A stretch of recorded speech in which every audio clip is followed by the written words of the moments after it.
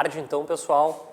Meu nome é Leandro Pamplona, eu sou advogado já há um considerável tempo, não vem ao caso quanto tempo, mas eu sou advogado e também sou professor universitário dentro do curso de Direito. Já lecionei a área de empresarial, então eu tenho bastante intimidade com a área que vocês trabalham. E o nosso escritório atende exatamente empresas, de todos os portes. Nós atendemos empresas do Brasil inteiro. Então, como houve essa necessidade por parte do Gelson no primeiro momento, ele falou, olha, o pessoal da GCE aqui, a gente está com essa necessidade, assim como todas as demais empresas, de fazer essa implementação da LGPD. E muitas pessoas têm também nos perguntado alguma coisa sobre a Lei Geral de Proteção de Dados. Nós precisávamos fazer uma implementação, talvez antes na GCE e depois passar isso também para os nossos clientes.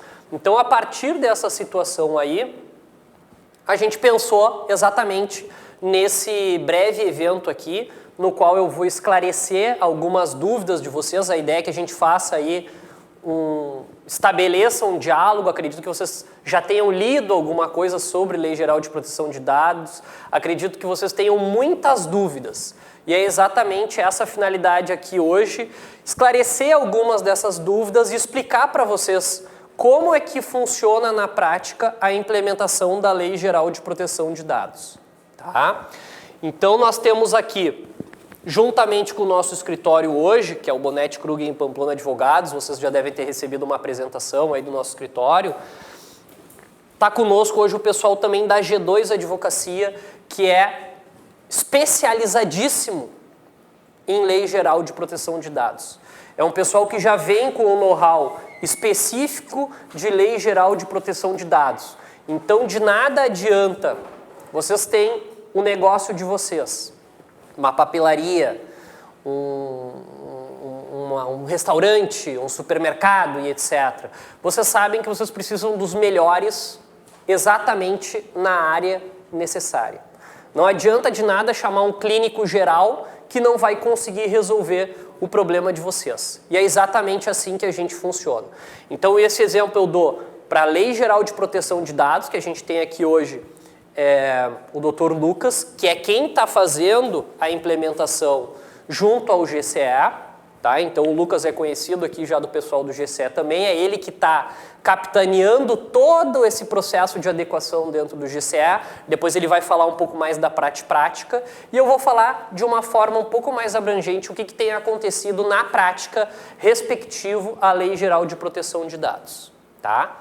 Então, para a gente poder iniciar aí essa breve fala sobre a Lei Geral de Proteção de Dados, se puder passar aí. Então, aqui a gente tem uma breve apresentação aí do nosso escritório que está, então, com vocês aí. Aqui eu vejo alguns clientes, né, que já são clientes do nosso escritório. José Ricardo aí, não me lembro se tem mais alguém aqui que já é nosso cliente. Aqui o pessoal, acho que o José Ricardo, tá aí, então, da Associação, da Fundação dos Funcionários de Cardiologia.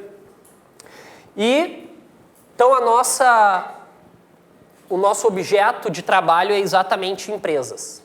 Como eu disse para vocês, empresas de grandes, médios, pequenos portes, em todas as áreas empresariais. Tá? Desde associações, microempresas, limitadas, sociedades anônimas. Então, a gente trabalha exatamente com isso.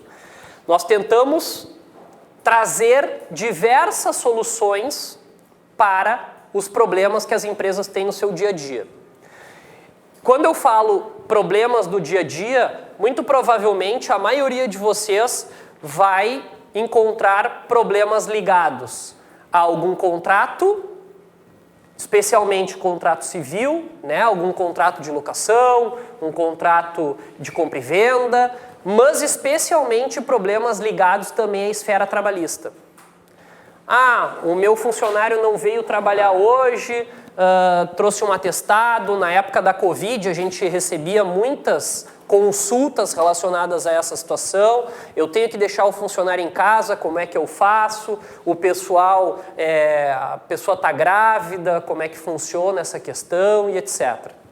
Então, o nosso escritório trabalha exatamente com essa situação. A gente fornece esse suporte especialmente para o RH e para a empresa de uma forma geral.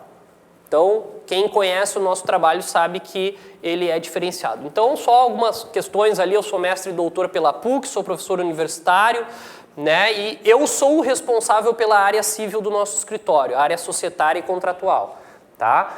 Tenho mais 2 sócios e esses outros 2 sócios são responsáveis, um pela área trabalhista e o outro também pela área trabalhista e um pouco tributário também, certo? Então, só para vocês terem uma ideia, a gente já tem aí mais de 12 anos de carreira dentro do escritório.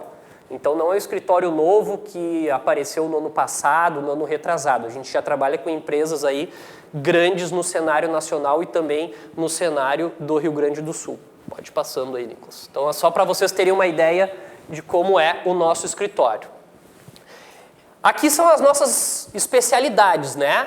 E focando hoje especificamente na questão do direito digital. Pode passar, Nicolas. Bom, então a gente veio aqui para falar exatamente sobre Lei Geral de Proteção de Dados. Então eu dividi essa nossa apresentação aqui em 3 frentes. Então nós temos aqui o overview, tá? Que é uma apresentação breve para vocês entenderem a ideia da Lei Geral de Proteção de Dados, como é que ela funciona, quais são as consequências, etc. Num segundo momento, o modelo de implementação. E no terceiro momento, notícias, ou seja, coisa que vocês estão de fato vendo no dia a dia dentro ou da empresa de vocês ou que vocês estão acompanhando pela internet.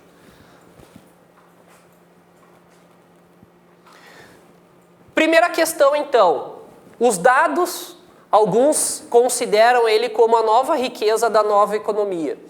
A ideia do petróleo, né? Quantas coisas eu consigo fazer com o petróleo? Quantos produtos eu consigo trabalhar a partir da matéria bruta que é o petróleo? A ideia dos dados, ela segue uma mesma lógica. Quantos produtos, quantas coisas eu consigo trabalhar a partir dos dados que eu consigo obter? Então, por esse motivo, é que organizações mundiais, especialmente as governamentais, começaram a atentar para o fato de que os dados são muito perigosos. E na mão de pessoas mal intencionadas, eles podem ser facilmente simulados e utilizados com uma finalidade não interessante. Então vocês já têm aí exemplos de eleições, nas quais nós temos uma influência muito grande por parte das redes sociais, que ligam exatamente a ideia de dados. Então, quando o Dr. Lucas ele acessa o Facebook dele e começa a criar um padrão de pesquisa, então vamos pensar que o Lucas lá, ele é colorado, óbvio, né, Lucas? Não, gremista, caiu ontem. Pena. Então, o Lucas começa a procurar notícias vinculadas a essa situação. Vocês já devem ter notado que em determinado momento vocês estão procurando lá uma cafeteira, vocês estão procurando um tênis. E aí, estranhamente, no outro dia vocês estão mexendo na internet e, opa, veio uma oferta de um outro tênis, de uma outra cafeteira. Por quê? Porque o computador ele consegue criar um padrão a partir das pesquisas que vocês realizam. E isso, num primeiro momento, parece inofensivo. Mas a partir do momento que vocês começam a compreender isso de uma forma um pouco mais especializada, vocês começam até a ter medo dessa situação. Porque o computador consegue entender o padrão de pesquisa de vocês e consegue fornecer para vocês, de antemão, algumas opções. Então essa é aquela ideia de que o sujeito sequer precisa comprar alguma coisa, mas ele estava procurando algo, deixou um tempo sem procurar, e um belo dia aparece de novo lá um anúncio e aí o sujeito resolve procurar. Então é assim que funcionam os sites de busca, é assim que funcionam alguns dados que vocês interagem com o sistema. Então é nesse cuidado que os estados, e aí quando eu falo os estados, eu falo das relações governamentais, começaram a atentar para o perigo que isso representa. Porque no momento em que eu sou um dado, No momento em que eu tenho o meu perfil mais ou menos rastreado, eu começo a virar um alvo, de certa forma, fácil para vendedores, eu começo a virar um alvo fácil para pessoas mal intencionadas, né? Quantos de vocês aqui já não devem ter tido o celular clonado aí? Né? Por quê? Porque houve alguma interação.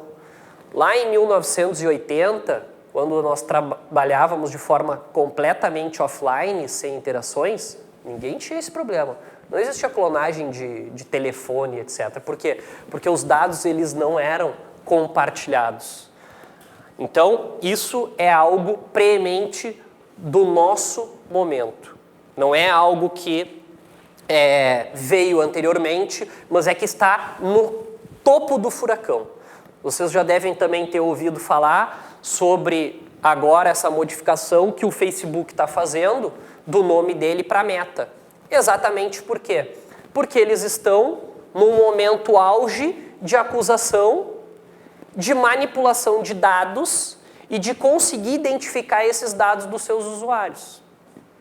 Então é exatamente isso que a gente está a falar aqui. Então muita gente pode pensar, mas eu não mexo com internet na minha empresa, não mexo com celular, eu não faço interação. WhatsApp é uma ferramenta para isso. Os dados que vêm numa nota fiscal podem ser utilizados para esse tipo de questão. Então, são coisas que fogem um pouco do olhar menos atento daqueles que não têm ideia de fato o que esses dados podem representar de riqueza para outras partes. Pode passar aí, Nicolas, por favor. E aí nós temos, então, a partir de inspiração em leis internacionais, a criação da nossa Lei 13.709, que é a Lei Geral de Proteção de Dados, que todo mundo fala só a abreviação que é LGPD. Tá? Então, é a Lei Geral de Proteção de Dados que busca lá nivelamento da proteção dos dados pessoais. Ela é inspirada no GDPR, que é a Lei Geral de Proteção de Dados da União Europeia. Então, nós temos aí uma necessidade de privacidade e cuidado pela concepção desses dados e uma tentativa de regulamentação desse impacto online e offline. Então, essa é a ideia da Lei Geral de Proteção de Dados. Então, ela vem com o propósito de reduzir o impacto que esses dados podem, ou controlar melhor esses dados, para que esses dados não sejam de maneira equivocada utilizados. Tá? Boa parte de vocês também já receberam telefones de pessoas que vocês sequer conhecem, mas que sabiam que vocês estavam comprando um carro, que sabiam que vocês estavam comprando um imóvel e estavam oferecendo alguma coisa a vocês. Seja um móvel sob medida, seja um insulfilme lá para o carro, seja o alarme para o carro. E aí vocês pensam, poxa, mas de onde é que vieram essas informações? Do compartilhamento, provavelmente, do local onde vocês compraram o produto. Então, começa aqui e vocês começam a ter uma ideia de, opa, isso realmente começa a fazer sentido. Então, a ideia dessa Lei Geral de Proteção de Dados é exatamente proteger os dados dos usuários. E essa lei, ela é voltada a quem? Exatamente a vocês, pessoas jurídicas. A pessoa física, ela não tem obrigação de ter tratamento de dados, de cuidar de dados de ninguém. Vocês, enquanto pessoas físicas, não têm necessidade nenhuma.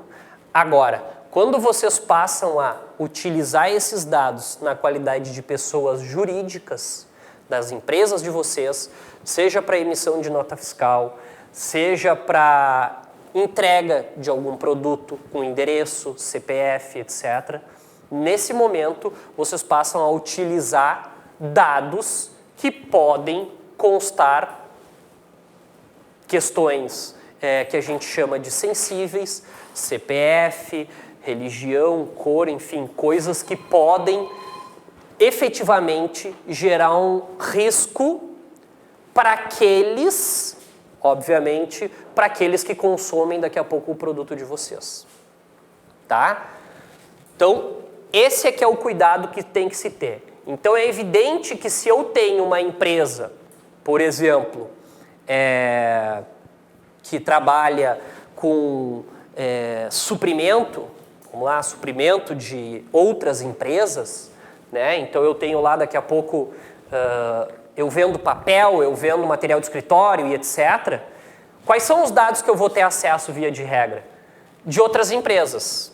CNPJ, endereço, talvez o contato de uma outra pessoa, tal. Bom, esses dados também terão a necessidade de ter um cuidado. Agora, se por outro lado eu trabalho com e-commerce, ou seja, se eu vendo produtos na internet, esse meu cuidado vai ter que ser muito maior.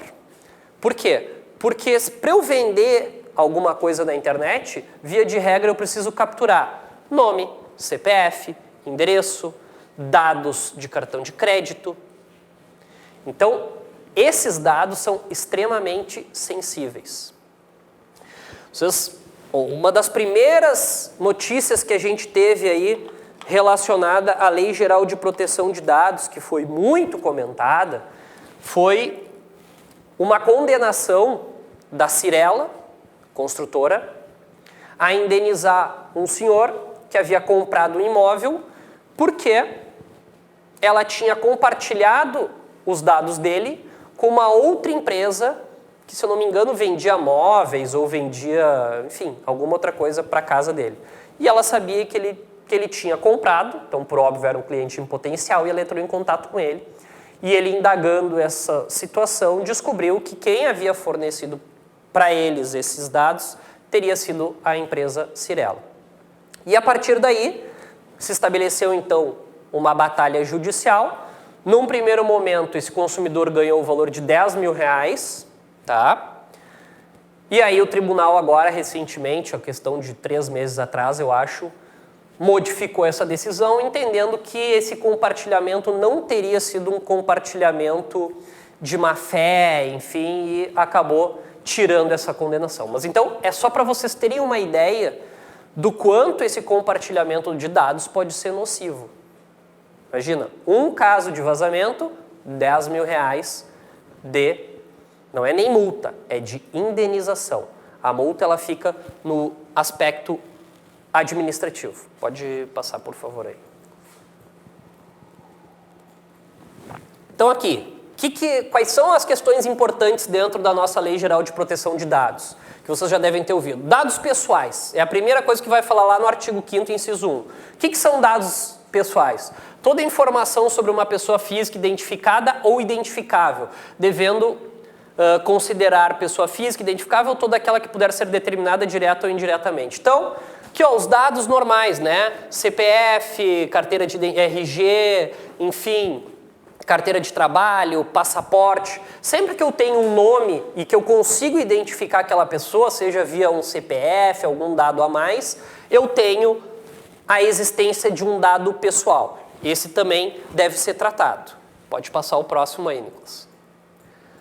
Segundo, são os chamados dados sensíveis. O que são os dados sensíveis? Esses aqui são extremamente importantes. Esses são aqueles que ligam o sinal de alerta. Dados pessoais são aqueles capazes de segregar uma pessoa.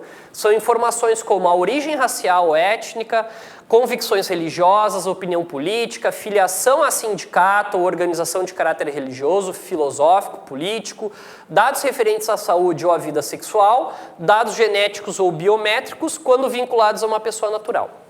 Uma coisa que a gente tem trabalhado muito, tá, pessoal? Então imagina a seguinte situação. Aqui quando vocês entraram no prédio, não houve nenhuma exigência para vocês, ninguém pediu CPF de vocês, ninguém pediu o polegar de vocês para que vocês fizessem um cadastro prévio. Mas quantos de vocês já entraram em prédios que vocês têm que fazer um cadastro prévio para receber um crachá, correto? Lei Geral de Proteção de Dados. Esses dados que vocês fornecem nestes condomínios são dados extremamente sensíveis, porque via de regra vocês estão lá, além do nome CPF, eles pedem, enquadra aqui para tirar uma fotinho, vamos tirar uma foto aqui e tal, para poder identificar vocês, dados sensíveis. Ou ainda, coloca o polegar aqui para a gente ter o registro do polegar, etc. Também entra em dados sensíveis. E aí eu pergunto para vocês já pararam para pensar o que depois eles fazem com esses dados de vocês aí? Até a impressão digital, muitas vezes, eles têm de vocês. Nunca ninguém se preocupou, né? Mas, se para uma pessoa que, né, comete aí um crime de estelionato, por exemplo, ligado a possibilidade de abertura de conta corrente em algum lugar, ligado, enfim, a fazer uma conta de internet, etc., apenas com o nome, muitas vezes, CPF, imagino que essas pessoas podem conseguir fazer com o nome, CPF, uma foto e ainda talvez a digital, né? Então, esse é o cuidado que tem que se ter, e a gente tem feito muitos trabalhos em condomínios comerciais, especialmente. Exatamente porque ali, inicialmente as pessoas... Não, mas o que o condomínio tem? Não trabalha com pessoas físicas direto, né? Só tem as empresas. Muito pelo contrário. Vocês têm essa questão envolvendo todos esses dados sensíveis e mais. Não esqueçam que, via de regra, esses condomínios também eles são muito bem vigilados, né? São muito bem vigiados através de câmera.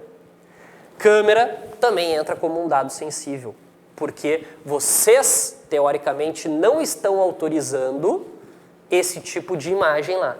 Na Europa, acho que, se não me engano, em Portugal, existe uma lei mais restritiva, na qual o sujeito, para adentrar um prédio em que existe câmera de segurança, em que existe monitoramento interno, ele é advertido que existe aquele monitoramento para ele poder autodefinir se ele quer adentrar naquele local. E aí, automaticamente, ele está autorizando o uso da sua imagem. Ou, por outro lado, ele diz, não quero. E aí ele tem a possibilidade, então, não vou entrar nesse local. Exatamente porque, de novo, são dados sensíveis. Mas, volto a dizer, vocês certamente, durante uma semana aí de trabalho, realizam diversas atividades como essas que eu acabei de descrever aqui e não se dão nem conta de que isso são dados, né? Passa, por favor, Nicolas. Opa.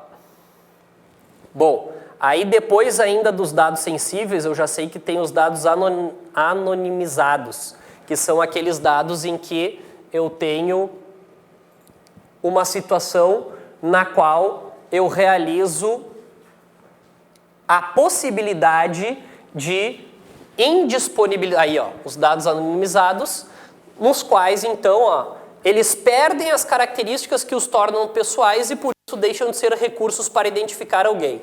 Esses dados anonimizados aqui não representam problema nenhum para o cliente de vocês ou para a empresa de vocês. Por quê? Porque são dados anônimos. Eles não identificam ninguém. Pode ser um nome apenas. João da Silva, José da Silva. Então, esses dados aqui, eles impossibilitam que eu consiga anexar ao José da Silva um CPF, uma imagem ou até mesmo uma digital. Então, por isso que eles são considerados os dados anonimizados. Ou seja, não representam problema nenhum, não representam perigo nenhum. Então, essas são as três categorias importantes. Os dados propriamente ditos, dados sensíveis e os anonimizados. Pode passar, Nicolas, por favor. Então, a lei segue os dados, né? Pode seguir. Então, quais são os princípios aí da Lei Geral de Proteção de Dados, então?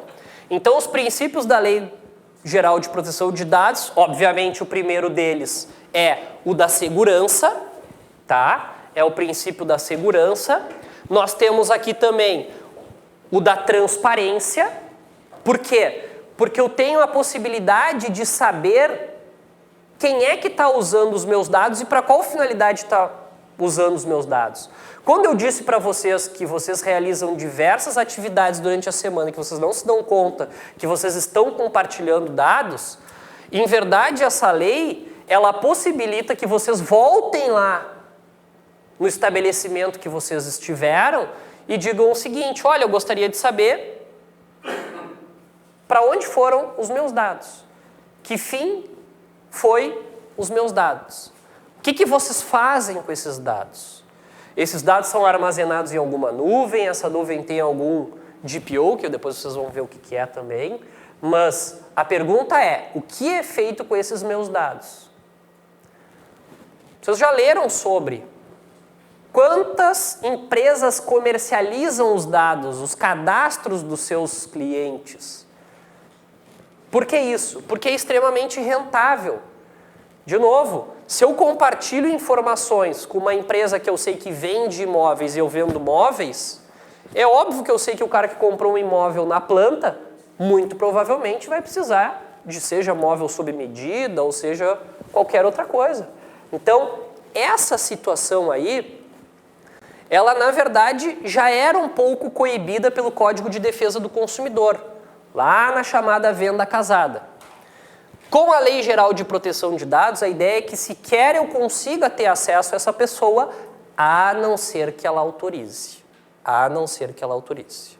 Tá? Então, por isso a ideia da transparência. Eu posso perguntar para a pessoa que está exigindo os meus dados para qual finalidade ela vai utilizar aqueles dados.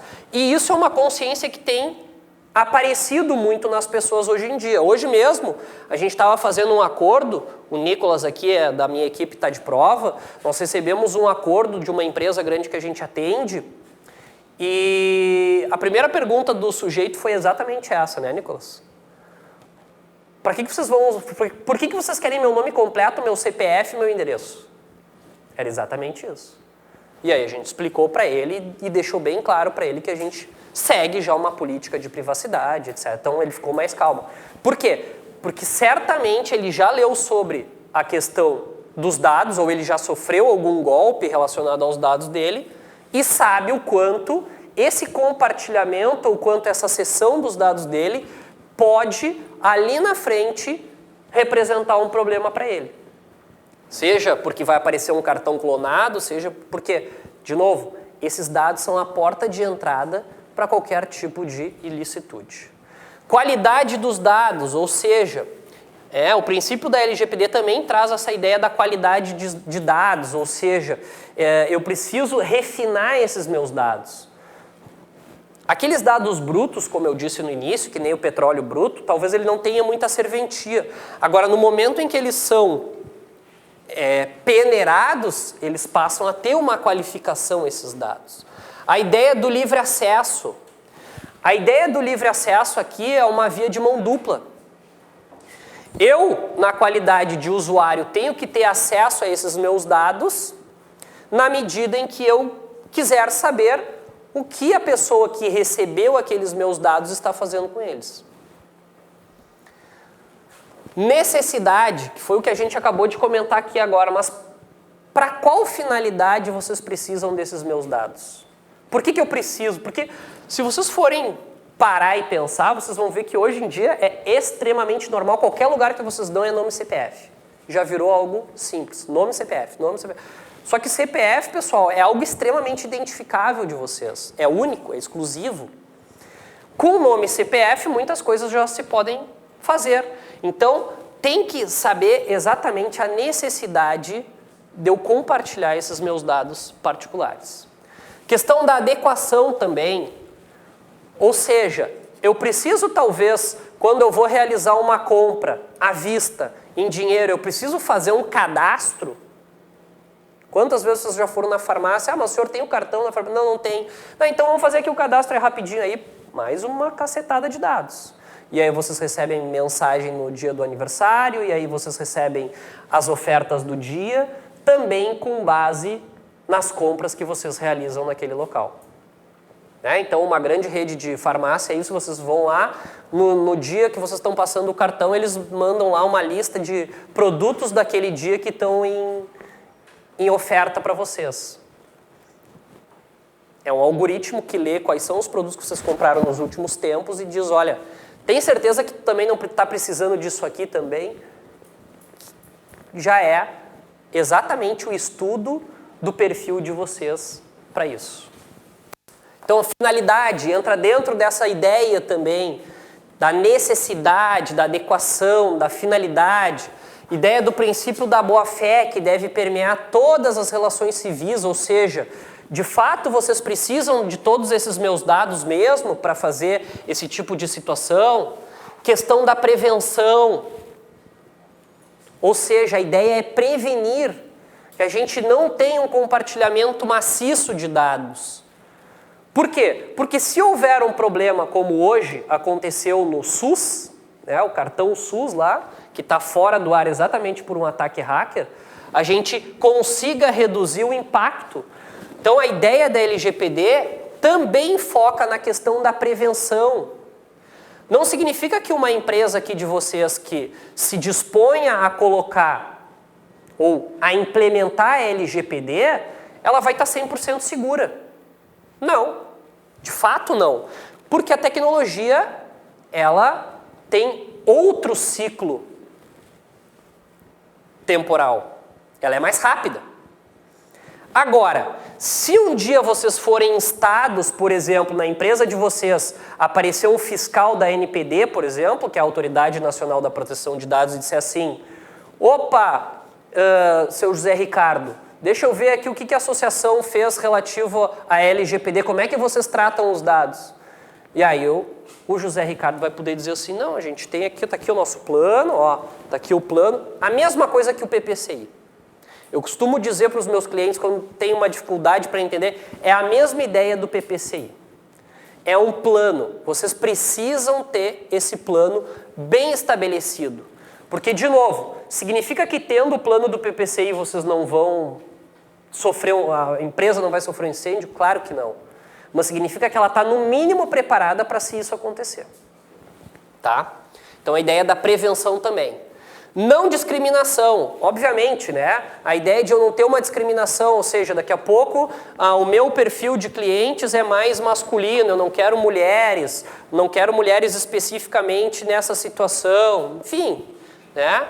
E a responsabilidade de preservação das contas, e aí a gente poderia dizer também dos dados, que é a ideia de eu ter uma responsabilidade, então, como eu disse para vocês, no caso dos condomínios, quando eles tomam todos esses dados sensíveis de vocês e terão uma responsabilidade futura se esses dados vierem a ser corrompidos ou compartilhados. Pode passar aí, Nicolas, que eu já estou me encaminhando para o final, acho, da minha parte.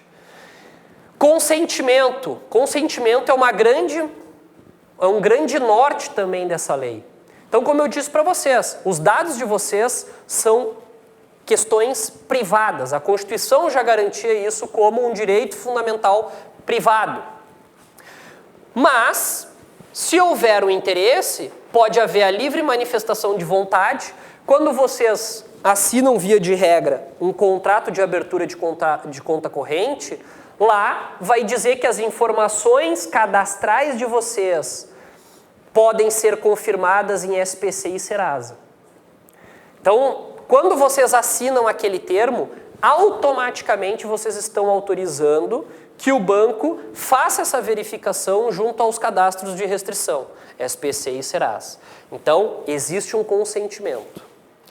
Então, por escrito, a cada novo produto um novo aceite, ou seja, quando eu tenho essa necessidade de, a cada situação, realizar um novo aceite, pode ser revogado a qualquer momento, então eu posso a qualquer momento dizer o seguinte, olha, a partir de agora os meus dados eu não quero mais com vocês, e aí também serão nulas as autorizações genéricas, ou seja, aquelas autorizações que ninguém sabe para qual finalidade é e são extremamente gerais. Né? Então, por exemplo, autorizo os meus dados sem uma finalidade específica. Sim, mas autorizo para quê? Autoriza para qual finalidade? Para o que vocês vão usar? Exatamente para não cair nessa margem interpretativa. Por favor, aí, Nicolas. As bases legais para o tratamento, né? Então nós temos uma obrigação legal, hoje existe uma lei que obriga que eu faça esse tratamento dos dados, então isso é lei. Existe políticas públicas, existe uma autoridade nacional de proteção de dados, que é como eu disse para vocês, é a mesma ideia dos bombeiros que vão lá inspecionar a empresa de vocês para saber se tem o PPCI, a prefeitura vai lá para saber se vocês têm um alvará de autorização, a Agência Nacional de Proteção de Dados vai começar também a fazer isso. Nós temos órgãos de pesquisa, né, que vão avaliar também, especialmente aquelas empresas, por exemplo, que trabalham no ambiente da internet. Questão de execução de contrato, então boa parte dos contratos hoje eles estão tendo que ser revistos com base na Lei Geral de Proteção de Dados. Por quê? Porque no momento em que um funcionário ele vai para a empresa de vocês, quantos dados vocês têm lá? O pessoal que é do RH aí pode me dizer. CPF, nome da mãe, do pai, do filho, se tem plano de saúde, tem mais todos os dados do filho, sabem até a doença que o filho do camarada tem. São extremamente... Então, todos esses contratos precisam, tudo isso, infelizmente, ser revisto. Direitos em processo, né? Judicial, administrativo, arbitral, tá? Proteção da vida, tutela da saúde, para atender interesses legítimos do controlador ou de interesse, para proteção de crédito e afins. Então, várias são as bases de dados aí.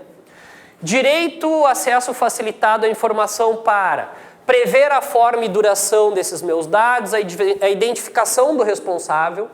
Eu sei que é uma empresa, mas além da empresa, dentro da empresa eu tenho um responsável pelos dados. Mudança de finalidade, então, a ideia do novo consentimento, ou seja, esses dados poderão ser compartilhados, mas desde que com uma finalidade específica. Quando o tratamento de dados for condição para o fornecimento do produto ou serviço, o titular deverá ser informado com destaque sobre esse fato. Ou seja, se eu sou obrigado, para ganhar aquele desconto, se eu sou obrigado a dizer o meu nome, CPF, dar dados sensíveis, isso tem que estar destacado. Então, quando, por exemplo, a empresa de vocês vai fazer uma promoção, quer fazer, tem que tornar isso agora em destaque. E da ideia para proteção de crédito também. O que mais que nós temos aí, Nicolas? Aí vem o direito do titular dos dados, né? E essa aqui é o grande X da questão, a grande mudança da coisa, porque é o seguinte, esse titular dos dados, assim como vocês vão até lá o condomínio e podem depois indagar o condomínio sobre o que eles estão fazendo com os dados de vocês, essas pessoas que compartilham de alguma maneira os dados delas com vocês poderão também cobrar de vocês qual é a finalidade desses dados, tá? E é aí que vai ter que ter uma organização interna da empresa. Então, questão de acesso aos dados, correção dos dados incompletos, possibilidade de anonimização, exigência para eliminar, ou seja, a pessoa pode dizer para vocês, eu quero eliminar os meus dados, eu não quero mais que os meus dados permaneçam na base de vocês. Revogação também. Todos esses direitos, então, serão exercidos mediante requerimento expresso do titular ou representante legalmente constituído. Então, quantas compras vocês já fizeram na internet? Né? E quantos dados vocês já disponibilizaram na internet? Passa aí, por favor, Nicolas.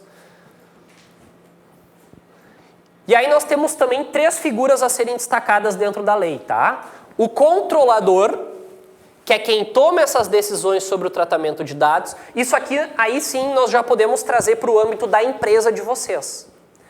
A lei exige que vocês, via de regra, tenham lá controladores, operadores e um encarregado, que é o chamado DPO, que a nossa lei chama de encarregado, tá? Mas então, quem é o controlador? O controlador é aquele que vai decidir como é que esses dados vão ser tratados dentro da empresa. Por exemplo, o Gelson dentro do GCE. Ele vai ser o controlador do GCE e vai dizer o seguinte, olha, esses dados têm que ter essa e essa política. Quem são os operadores? São aqueles que de fato vão tratar os dados em nome do controlador. São as pessoas que realmente pegam esses dados, que pegam a ficha, que acessam o cadastro. Então essas pessoas são os operadores. E aí, para toda essa engrenagem funcionar, ou para eu ter alguém responsável por essa engrenagem, aparece a figura do encarregado, ou do DPO, tá? Que é quem faz essa comunicação entre controlador e autoridade nacional, que é aquele cara que vai saber a política que o Gelson vai utilizar, que vai saber como é que os operadores tratam esses dados, e é quem vai poder dizer para terceiros, seja para as pessoas que vão perguntar para o GCE qual é a finalidade dos meus dados, seja para a autoridade nacional, quando vier aqui a fiscalização da Autoridade Nacional de Proteção de Dados perguntar o seguinte: quem é o DPO? Quem é o encarregado? Então isso eu gosto muito de perguntar, o Dr. Lucas, quando o pessoal vem me dizer assim, eu pergunto, e aí a questão da LGPD, vocês já estão implementando? Pois é, a gente comprou aqui um curso, né? Comprou aqui um curso sobre a questão da LGPD. Tá bem, né? Eu já conheço mais ou menos. E quem é que é o encarregado aí dos dados? Aí os caras dão uma pensada assim. Não, acho que não tem aqui um encarregado. Bom, então, não tem Lei Geral de Proteção de Dados implementada aí. Aí já quebra a sistemática. Se o sujeito não sabe nem quem é o encarregado, quem é o DPO da situação, então, lamentavelmente, nós não podemos falar em Lei Geral de Proteção de Dados, porque eles já, nesse momento, evidenciou que eles estão em desacordo com o que exige a legislação. Tá? Pode passar aí, Nicolas, que eu acho que agora... Bom, e aí nós temos então o DPO, a figura do DPO, que é o Data Protection Officer, né, que é o encarregado por esse tratamento dos dados, está lá no artigo 41 dessa lei, e ele é o representante da empresa frente a essa autoridade nacional. Então é como se ele fosse o gestor da empresa ou o dono da empresa nessa situação, e quando esse fiscal comparecer lá na empresa, é ele que vai ter que dizer como é que na empresa funciona. Tá? Ó, então ele é o encarregado indicado pelo responsável da pessoa jurídica, informações de contato divulgadas publicamente, tá? Então ele vai ter que ter consciência e ele vai ter que ter conhecimento de como esses dados são trabalhados dentro da empresa, e é ele quem vai receber as reclamações e comunicações e adotar as providências e orientar os funcionários e os contratados. Então, na verdade, esse DPO, ele é o camarada que tem que ter conhecimento mínimo sobre LGPD. Existem duas possibilidades. Eu posso ter um DPO meu interno, alguém que eu vou nomear dentro da empresa que vai assumir mais essa atribuição, ou ainda eu posso ter o chamado DPO terceirizado. E aí ele contrata lá o Dr. Lucas, por exemplo, para ser o DPO da empresa dele. Isso a gente tem visto muito, por exemplo, nesses condomínios comerciais.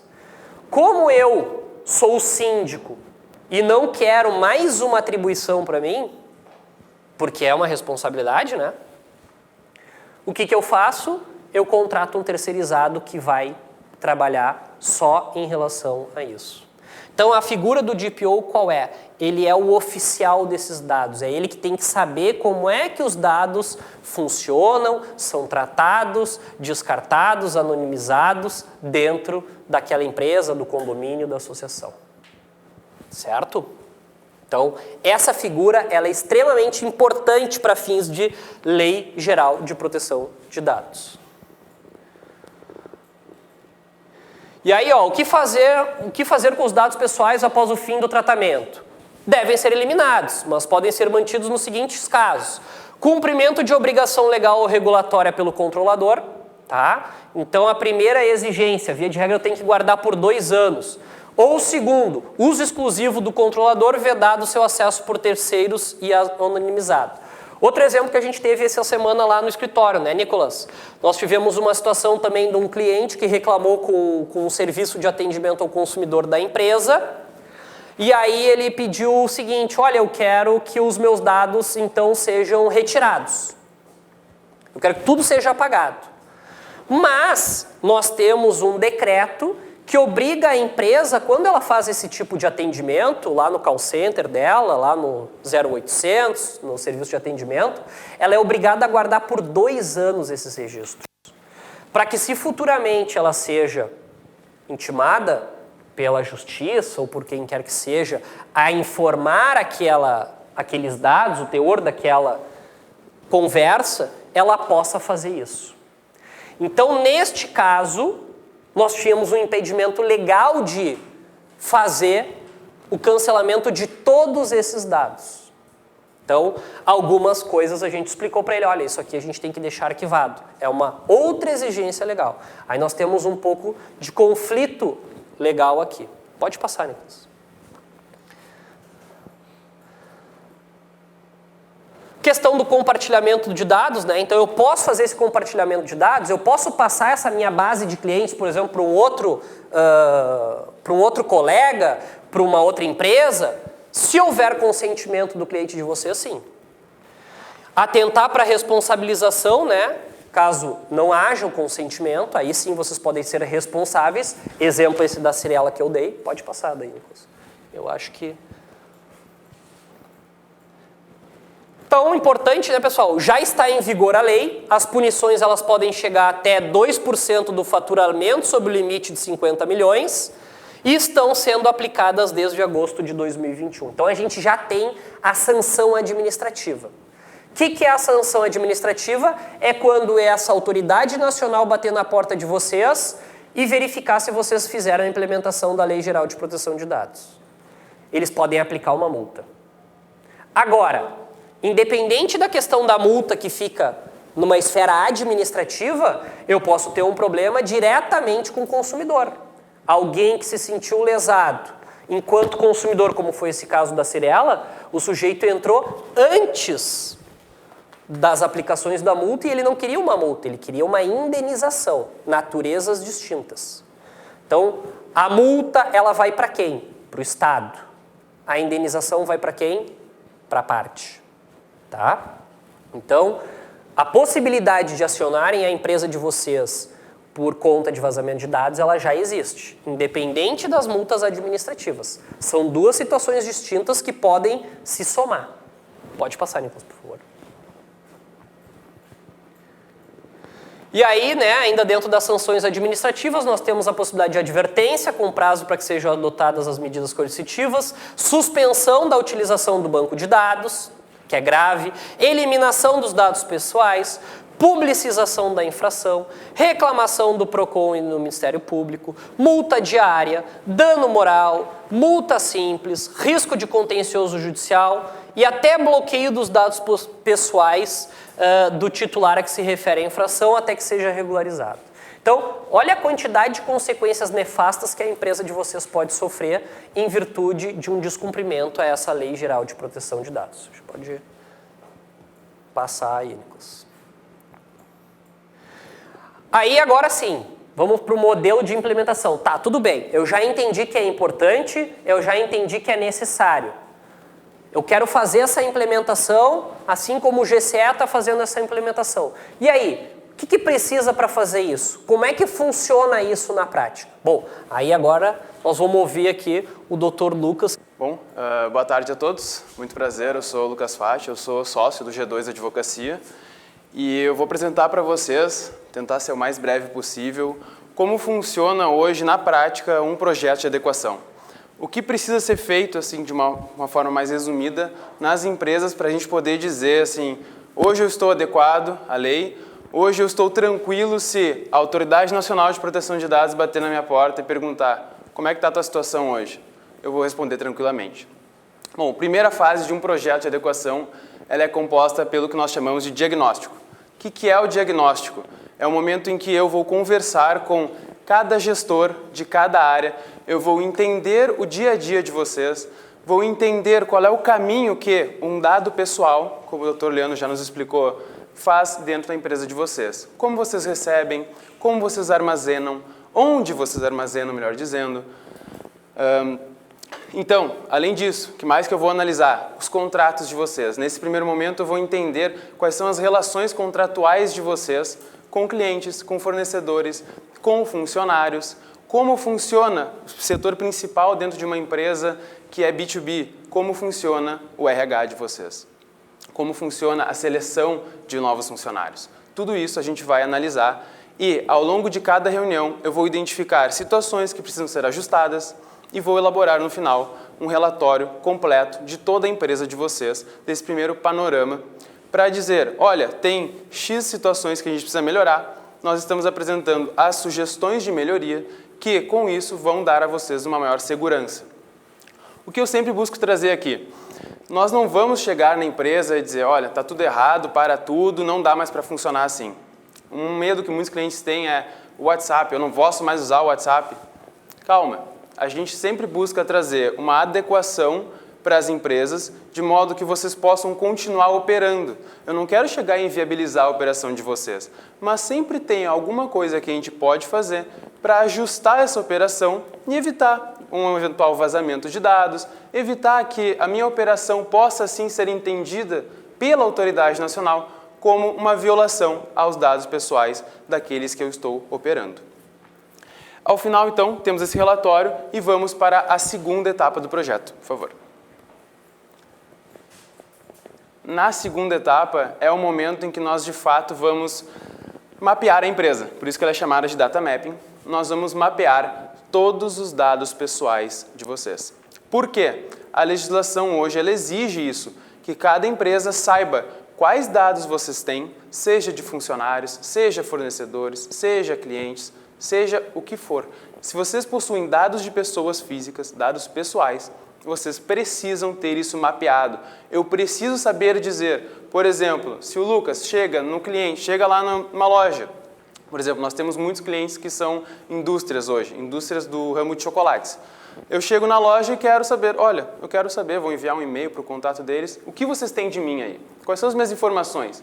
Eles têm que me dizer, por exemplo, quais são os dados, aonde eles estão armazenados, qual a base legal, qual a justificativa para eles terem essas informações minhas, por quanto tempo eles costumam armazenar isso, e aqui, o por quanto tempo, que é o que nós chamamos de período de retenção, é uma das maiores dificuldades que as empresas hoje têm, porque normalmente a gente não apaga nada. Normalmente a gente retém as informações para sempre. Até o meu drive estar cheio eu vou manter. Quando não tem mais espaço, ou eu vou comprar mais espaço na nuvem, ou eu vou descartar alguma coisa. Mas será que eu posso de fato reter essas informações para sempre? A lei hoje me diz que não. A lei que já está vigendo me diz que não, que eu preciso sim seguir alguns prazos. Às vezes, outras legislações vão me dar esses prazos, como no caso do RH, existem muitas leis trabalhistas que me dão qual o prazo que eu posso reter tal informação. O FGTS é 30 anos, o contrato de trabalho são 5 anos. Tudo isso a legislação me dá. Mas tem situações, tem especialmente informações que a gente recolhe no operacional da empresa, que não tem uma lei me dizendo um prazo. Mas eu tenho uma lei que me diz, eu não posso reter para sempre. Então a gente ajuda vocês, a gente ajuda os clientes a chegar num consenso de um prazo que seja suficiente para a operação de vocês, que não vai dar um problema futuramente, mas que se a autoridade nacional, se o próprio titular de dados chegar e disser quais são os meus dados, vocês vão poder dizer, olha, nós temos essa tua informação, ela fica armazenada no arquivo X na sala tal, ela fica armazenada com base numa obrigação legal e por 5 anos, ou com base no teu consentimento até que tu revogues o teu consentimento. Aqui, nessa fase, a gente vai ajudar vocês em todos esses aspectos, em montar um verdadeiro mapeamento dos dados da empresa. Ao final dessa fase, nós teremos todos os setores da empresa mapeados, com todos os dados de pessoas físicas mapeados, com a indicação da base legal para que, numa eventual resposta, o DPO da empresa, que é esse sujeito responsável pelo tratamento dos dados, possa dar a resposta em tempo hábil. Porque é o seguinte, a lei traz um prazo para a gente. Eu não tenho a vida inteira para responder aquela pessoa que me pediu, olha, quais são as minhas informações? Porque se a gente não tem isso aqui organizado, até eu conseguir encontrar onde estão as informações do Lucas na minha empresa, porque eu não posso dizer apenas um setor, eu tenho que vasculhar tudo para saber dizer exatamente tudo que eu tenho. Até eu fazer isso, 15 dias passa assim. Nós temos clientes que trabalham com milhares de consumidores finais. Se apenas 10 pessoas resolvem pedir, já seria um caos para descobrir isso, se eu não tivesse tudo organizado. E é esse DPO, é a figura do encarregado, que tem essa responsabilidade legal de responder o titular, de trazer o esclarecimento para ele. E tem que ser um esclarecimento satisfatório, porque se eu passar informações insuficientes para essa pessoa, ela vai na Autoridade Nacional reclamar, ela vai no Ministério Público reclamar, ela vai no PROCON reclamar. E isso já ocorre desde antes da vigência oficial da lei, aqui em agosto de 2021, com essas penalidades. O PROCON e o Ministério Público já estavam atuando desde 2018. Tudo com base na legislação. Então, a gente tem que ter essa situação extremamente detalhada dentro da empresa. É sim a etapa que mais demora dentro da empresa, porque ela é mais trabalhosa. Porque sim, a gente vai fazer um rastreio total de todas as informações dentro da empresa. Por favor, pode ir para a próxima. Feito isso, a gente vai para a última etapa. E aqui nós vamos começar, por exemplo, adequando os contratos, que seja ao longo da primeira fase, seja ao longo da segunda, nós identificamos relações contratuais de vocês com fornecedores, com empresa de marketing especialmente, com os funcionários. Esses contratos todos nós vamos adequar. Por exemplo, o contrato de trabalho é um dos mais críticos dentro de uma empresa, porque os RHs têm a vida inteira do funcionário, como o doutor falou, dos filhos dos funcionários, dos parentes dos funcionários, e muitas vezes essas informações são compartilhadas com plano de saúde, com vale alimentação, com vale transporte, com seguro de vida, enfim, com N empresas. Mas se a gente parar hoje e se perguntar, será que no meu contrato de trabalho eu estou autorizado pelo titular, que é o meu funcionário, a fazer esse compartilhamento? Será que eu posso hoje compartilhar as informações dele? E aí, muitas vezes a resposta é não. Se nós não temos um projeto de adequação em andamento, não temos todo um mapeamento das informações e, de fato, a adequação necessária na relação de trabalho, isso daqui gera passivo trabalhista na empresa. Isso daqui gera um problema muito grande, porque se o meu funcionário descobre que eu compartilho as informações dele com N empresas, ok, pode ser para o bem dele, pode ser para cumprir algumas obrigações, mas se ele sabe que existe uma legislação, e hoje as pessoas estão começando a ter ciência, hoje a lei está começando a se tornar pública, assim como, anos atrás, a questão da relação consumerista com o CDC também. Então, ele vai começar a questionar, e eu tenho que estar preparado para trazer uma resposta para ele. E é isso que a gente começa nessa terceira fase. A adequação dos sites. Hoje o site de uma empresa é o rosto dela. O site dela é o rosto dela para o mundo. Em qualquer lugar do mundo eu acesso o site dessa empresa. Só que o site também precisa ter algumas regulamentações, precisa ter algumas orientações, que são políticas de privacidade, políticas de cookies. E nesses dois documentos eu preciso, por exemplo, dizer o nomezinho do meu encarregado. Eu preciso indicar quem é esse encarregado. Quem é o sujeito dentro da minha empresa que, se qualquer pessoa, em qualquer lugar do mundo, quiser entrar em contato para saber quais são as minhas informações que são tratadas por vocês, é esse sujeito que vai me responder. Esse sujeito tem que estar identificado lá no meu site, com nome, sobrenome e e-mail de contato. Elaboração de novos documentos, que são essas políticas, termos de uso também. Nós trabalhamos com muitas startups, muitas empresas de desenvolvimento de aplicativos, por exemplo. Isso tudo precisa ter um termo de uso. Também, essa parte aqui eu gosto bastante porque é a parte em que a gente traz, além de todo o projeto que já foi executado, nós reforçamos tudo isso com os funcionários das empresas. Aqui nós fazemos um período de treinamentos, com provas, inclusive, um período em que nós transformamos, a gente diz, a mudança de cultura na empresa. Porque não basta que eu faça 1 ano de projeto de adequação, a empresa, o G2, sai da empresa, finalizamos, entregamos os relatórios e a partir dali a gente esquece a LGPD e faz tudo igual como já fazia antes. Aí não adiantou de nada o projeto, não adiantou de nada todo o trabalho que foi feito.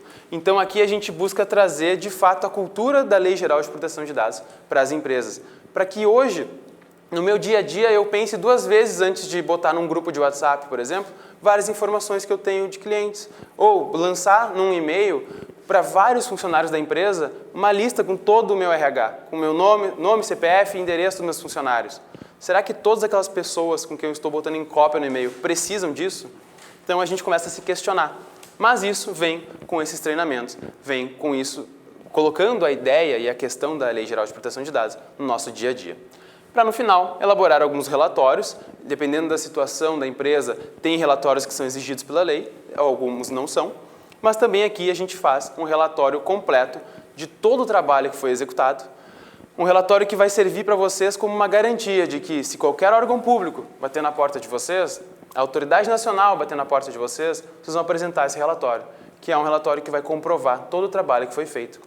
Inclusive com gravação das reuniões elaboradas, com gravação dos documentos elaborados, tudo isso para dizer, olha, autoridade nacional, eu fiz tudo isso daqui durante 12 meses, eu já estou adequado. E é isso que ao final vai dar uma segurança para vocês. Porque assim, hoje muitas empresas pensam, LGPD não é para mim, isso aqui não vai pegar. A gente escutava muito isso lá em 2019, por exemplo, não vai pegar. Não só pegou, como hoje já tem muitos processos, mais de 600 processos judiciais, com base na Lei de Proteção de Dados, e a tendência é aumentar, porque muitas empresas ainda estão deixando de lado, desconsiderando a gravidade que é o manuseio dos dados pessoais. Então, de uma maneira bem breve, eu tentei não tomar muito tempo dos senhores, trazer essas 3 etapas. Acho que tem mais um slide, se não me engano. Isso. Aqui é o DPO as a Service. Como o Dr. Leandro falou, a empresa pode optar por escolher um funcionário interno para assumir essa função, sabendo que há um acúmulo de função e todas as implicações que isso ocorre dentro da empresa, dentro de salário e tudo mais do funcionário, e também ela pode optar por contratar um terceiro. Nós, do G2, fazemos esse serviço. Hoje nós atendemos mais de 25 empresas como DPO apenas. E o DPO tem, além da obrigação principal, que é ser o rosto da empresa, ele tem que olhar para dentro da empresa também, no que diz respeito ao cuidado com os dados pessoais. O DPO tem que estar diariamente conversando com os setores, fazendo a gestão do programa de privacidade. O que é isso? Aquela etapa de treinamentos que eu falei para vocês antes, o DPO tem que estar mensalmente, semestralmente, constantemente fazendo isso com os seus funcionários da sua empresa. Ele tem que lembrar o pessoal, olha, cuida do que tu vai compartilhar no grupo do WhatsApp. Será que a gente precisa ter um grupo do WhatsApp com todos os funcionários da empresa? Vamos repensar. O DPO tem que olhar o mínimo detalhe, ele tem que conhecer a empresa. Por isso que nós, quando fazemos o projeto de adequação, já acabamos sendo contratados também como DPO, porque isso tem que ter um conhecimento profundo da empresa. E tem que estar, além disso, tem que saber também o que diz a Lei Geral de Proteção de Dados. Além disso, o DPO, ele monitora as relações, ele dá a efetiva gestão das respostas. E esse ponto aqui é muito importante, especialmente para as empresas que atendem o consumidor final. As respostas para o consumidor final têm que ser rápidas e qualificadas. Eu não posso dar uma resposta insuficiente, porque se eu der essa resposta, é quase como se eu não respondesse a pessoa. E eu vou ter uma implicação pior na frente, porque ela vai me denunciar na autoridade nacional e eu vou sofrer uma intimação para me justificar e uma possível multa, entre outras várias sanções administrativas que o Dr. Leandro trouxe para a gente. Monitorar e fiscalizar a conformidade. O DPO ele é um fiscal dentro da empresa. Por isso que o DPO ele tem que ser uma figura afastada dos diretores, dos presidentes da empresa. Ele tem que ter um poder de autonomia. Ele tem que poder chegar na empresa e dizer, ó, isso aqui está errado, precisa ser mudado. Porque se não for mudado, nós todos vamos responder. O DPO tem que poder ter essa figura, esse poder, digamos, dentro da empresa. O que acontece? Nós já encontramos um cliente que uma vez, quando foi nos contratar, o DPO da empresa, para dizer que havia um DPO, era um estagiário do curso de Direito que não era nem formado, mal sabia, caiu de paraquedas, tu vai ser o DPO, nomeado com termo de nomeação assinado. E nós ficamos, olha, peraí, esse rapaz não tem condição de assumir essa função, até porque ele responde junto com vocês. Ele tem uma responsabilidade legal por qualquer erro que acontecer aqui dentro. E depois isso foi trocado, obviamente. Mas assim, às vezes a gente quer, vamos botar qualquer pessoa e deu. Não dá, o DPO não pode ser qualquer pessoa, porque ele tem uma responsabilidade muito grande dentro da empresa. Fazer treinamentos constantes, além do treinamento que nós fazemos no projeto de adequação com os nossos clientes de DPO, por exemplo, a gente faz encontros mensais para tirar dúvidas, para trazer situações práticas do dia a dia, para o pessoal nos conhecer e ter esse contato, sabendo que a gente fica 24 horas disponível para responder qualquer questionamento envolvendo dados pessoais. Monitorar regulamentações e mudanças da LGPD, a autoridade nacional ela está constantemente trazendo resoluções, trazendo orientações, e isso é papel do DPO atualizar a empresa, trazer para os funcionários, olha pessoal, mudou isso, agora a gente pode fazer assim e não pode mais fazer assado. Então é papel do DPO fazer isso. E manter o relacionamento com a autoridade nacional. DPO, como eu digo, é o rosto da empresa perante qualquer órgão público e perante a sociedade. Acho que era isso. Então tá bem, doutor Lucas. Acho que é isso, né? Daí tá bom, né? Nós temos algumas ideias aí que a gente só pode passar rapidamente aí da LGPD na mídia, né? Algumas notícias, então essa que eu falei para vocês, Serasa deve indenizar por divulgar o número de telefone de consumidor, Serasa é alvo de processo que pede multa de 200 milhões por vazamento de dados, relações trabalhistas devem respeitar a legislação, enfim, Cirela ali, aquele caso que eu falei, ó, de 10 mil, enfim, pode passar, Nicolas, por favor. Só para vocês terem uma ideia do quanto isso já está ganhando repercussão na mídia, tá? Eu deixo aqui para vocês o meu contato, certo? Esse aqui é o meu e-mail, tá? Quem tiver interesse em saber mais, em entrar em contato conosco, que quer fazer a implementação na sua empresa e etc., pode entrar em contato comigo pelo e-mail aqui, ou pode entrar em contato com o pessoal do GCE também, o pessoal do GCE pode passar meu contato, tá? Eles têm meu telefone, etc. Como é que funciona isso na prática? A gente manda uma tabelinha de Excel, é um arquivo de Excel, que a gente encaminha para vocês. Vocês preenchem ali com alguns dados, obviamente, sensíveis, né? Mas protegidos pela LGPD.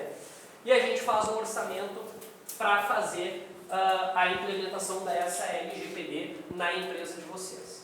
E volto aqui a dizer para vocês, não existe um pacote pronto, né, Lucas? Isso que é o mais importante o pessoal saber.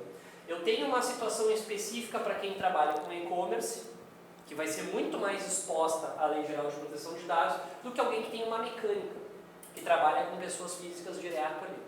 Então, vai depender muito do segmento de atuação empresarial de vocês e também do volume de dados que vocês trabalham ou compartilham. Então, a partir desse questionário breve que a gente faz, a gente tem uma ideia e consegue dimensionar em um valor de orçamento para fazer essa implementação. Eu acho que é importante salientar também a questão do tamanho da empresa. Mas a minha empresa é pequena. É pequena e não precisa. Então, é uma dimensão parelha, né? É o grande e o pequeno. Sim. Hoje todos são obrigados. Hoje não existe pequena empresa, grande empresa. Hoje todos são obrigados a se adequar à LGPD. Pode ser que isso mude futuramente? Ninguém sabe. Hoje todos devem se adequar. Hoje, se qualquer loja chegar lá um consumidor e questionar sobre os dados dele, a gente tem que saber responder. E para saber responder com qualidade, tem que fazer todos esses passos que eu passei agora para vocês. Então, isso é muito importante destacar. A gente está acostumado a ter lá no escritório, nós temos hoje mais de 70 projetos de adequação rodando. Desde startups, empresas que fazem softwares, grandes indústrias, por exemplo, indústrias de insumos agrícolas, indústrias de e-commerce, indústrias de chocolates, como eu falei para vocês, assim, de todos os segmentos, indústrias de transporte, transportadora, não importa o ramo, todo ramo tem uma particularidade. E é por isso que, como o doutor falou, não tem um projeto pronto que eu vou entregar aqui um pacote, ó, faz isso aqui e deu. Não, por isso que tem todas essas etapas para a gente entender a particularidade de cada um de vocês, da empresa de vocês, e daí fazer a adequação correta. É para deixar bem claro, nós temos empresas de 2 funcionários ou 2 sócios só, até 5 mil funcionários. Então, são discrepantes, mas todos precisam se adequar. Essa é a questão. Tem mais pergunta lá? Eu tenho uma dúvida. Eu envio mensalmente uma série de documentos para contratantes, que inclui CPF, às vezes a foto da carteira de motorista. Teoricamente, esse funcionário fazer a pergunta no microfone para sair no áudio de quem está na plateia que pediu a pergunta. Teria que te passar até para ele saber que esses dados dele estão sendo compartilhados. E mesmo que isso seja frequente, mensalmente, todas as vezes ele teria que me dar um... Não, na verdade, tu pode ter uma genérica. Né? Eu não sei qual é a finalidade específica para qual. Genérica que eu digo, uma geral, para essa situação específica. Tá? Não seria necessário a cada momento, a cada novo documento. Mas ele tem que saber que esses dados dele podem ser compartilhados. Entendeu? Isso pode ser de uma forma macro, assim, de diversos...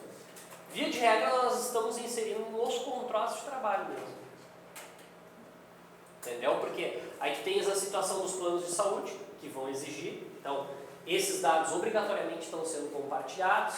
Tu tem dados que tu tem que lançar para o CAGED. Então, tu, na qualidade de empresário, acaba tendo que compartilhar esses dados. Então, o que a gente tem feito? Tem colocado isso nos contratos de trabalho desses funcionários, especialmente os que estão entrando, ou fazendo um adendo dos contratos dos funcionários mais antigos. Existe alguma possibilidade desse funcionário não permitir que eu forneça esses dados? Existir sempre existe no direito, a gente tem que dizer isso, né? Mas agora, se a finalidade ela é obrigatória, por exemplo, o CAGED é uma obrigação que a empresa tem. Né? Então ele fica refém dessa necessidade. Verdade. Se tu quer complementar alguma coisa aí? Não, tá certo. Eu vou fazer um adendo no contrato de trabalho.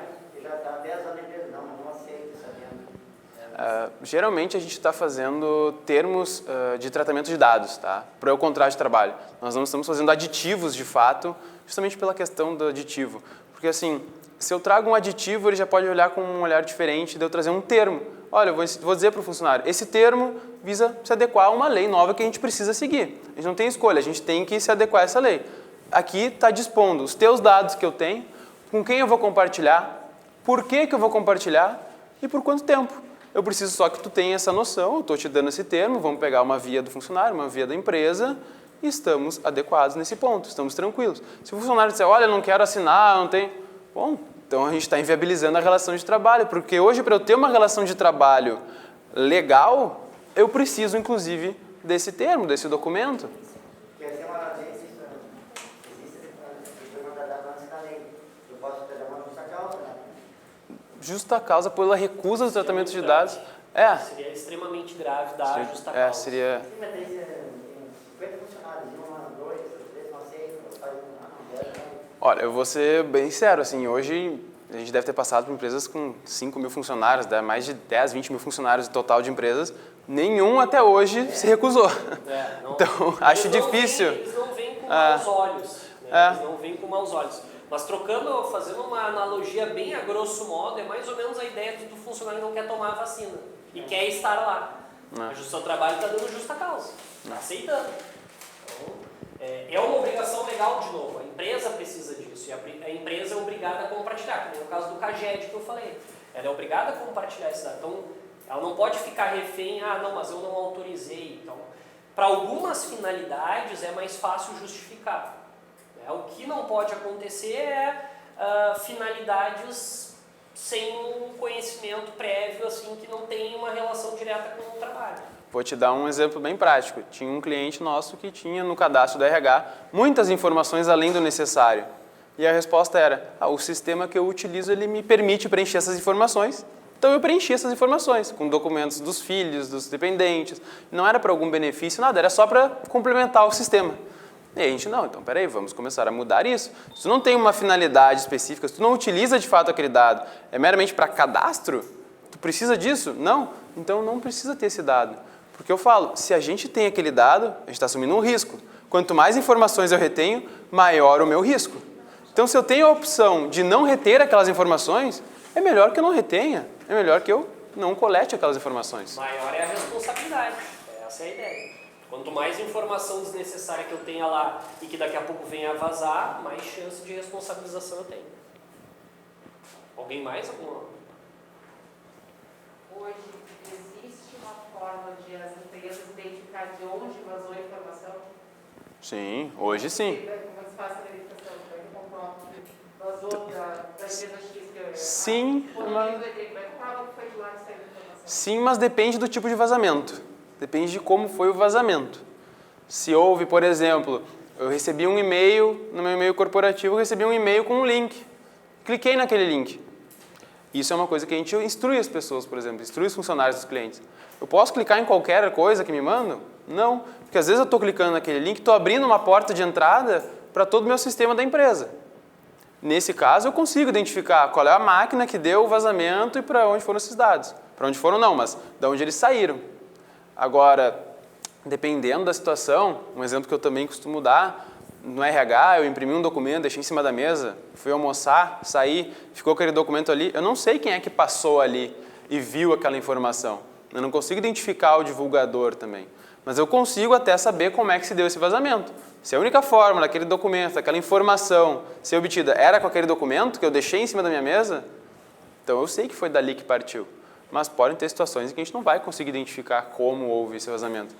Porque hoje a questão da tecnologia permite N situações. Não sei se... Existe até, vocês têm lá a Dogma, né? Sim. A Dogma é uma ideia de funcionamento para evitar ou identificar vazamento também, não? A Dogma ela serve hoje mais como uma forma de organização do teu mapeamento, para que tu possa organizar internamente onde é que vão estar suas informações, tudo dentro de um software e facilite a tua resposta, mas ela não é tão nesse sentido de proteção. Mais alguma coisa? Aproveitem, pessoal. Em relação a não só os dados que a gente tem de cadastro dos clientes, mas, por exemplo, a gente comercializa equipamentos que são softwares para avaliação da saúde e dentro desses equipamentos são armazenados os dados dos pacientes. E aí a gente teve até um cliente que perguntou, os dados dos pacientes que eu adicionar ali dentro, só eu fico sabendo? Ou de uma forma online vocês conseguem acessar esses dados também? Então essa lei se aplica também a não só os cadastros, mas ao produto que a gente vende Claro, também. muito, porque, deixa eu ver se eu entendi, vocês têm um aplicativo O equipamento. que meio que gerencia, por exemplo, eu sou médico, e aí eu contrato o teu e alimento esse banco. A gente vende, no caso, para o médico, tá? Beleza. E aí o médico vai Ele fazer- alimenta esse banco, É. mas o banco é responsabilidade de vocês. Então, aí é que é a nossa dúvida, que até então a gente não sabe, porque a gente só tem acesso, nós temos só Sim. acesso aos dados de uso. Quantas avaliações ele fez, qual o período das avaliações, a gente não tem dados dos pacientes dele. Então a gente queria, nessa vez, a gente forneceu essa informação para ele, a gente tem acesso só à quantidade de exames, Consultas, que ele realiza, etc. mas não aos dados dos pacientes que Sim, ele vai armazenar. o acesso é Ele limitado. queria saber também como que ele tratava esses dados dos pacientes dele dentro, por quanto tempo o software ficava, se era ele que tinha que excluir. Então a gente orientou ele, mas a gente não. Ele perguntou justamente já na LGPD, porque ele já sabe, Sim. e aí a gente vai pesquisar um pouquinho, mas a nossa dúvida é, se estende até o produto também, né? Sim. Exatamente. Não, se estende também ao produto. A gente tem casos, por exemplo, de desenvolvedores de software que eles disponibilizam a plataforma, por exemplo, eu tenho um cliente que ele criou um sistema de nota fiscal itinerante. Então, ao invés dele sair com a nota fiscal da fábrica, quando ele chega no cliente final, ele descobre quantos produtos foram comprados e emite a nota ali naquele momento. Então, ele é apenas o gestor da plataforma. Quem lança esses dados é o cliente dele, só que ele acaba tendo a compartilhamento de acesso. Então, ambos são responsáveis. No caso de vocês, pelo que tu estás me dizendo, a gente precisaria conhecer melhor a plataforma, né, Lucas? Mas pelo que tu está me dizendo, a tua responsabilidade é até o lançamento por parte dele. Né? O cadastro dos clientes, só quem vai ter acesso é ele. Então vocês têm uma restrição maior de responsabilidade. Mas ele, obrigatoriamente, vai ter que se adequar a essa situação também, porque ele é um prestador de serviço e ele vai ter que ter esse sigilo para evitar também que esses dados venham a vazar. Né? O que acontece? Esse médico faz do teu equipamento um banco de dados particular dele. Então, com base nas informações dos pacientes que estão ali, ele é o responsável.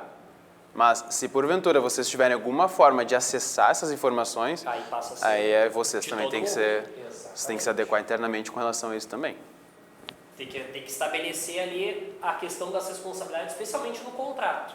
O contrato, quando vocês venderem esse software, tem que estar bem estabelecido ali que, por exemplo, olha, a gente não tem acesso aos dados dos pacientes. Então, se houver um vazamento, não é nossa responsabilidade. Então, nós tem que haver uma previsão legal nesse sentido.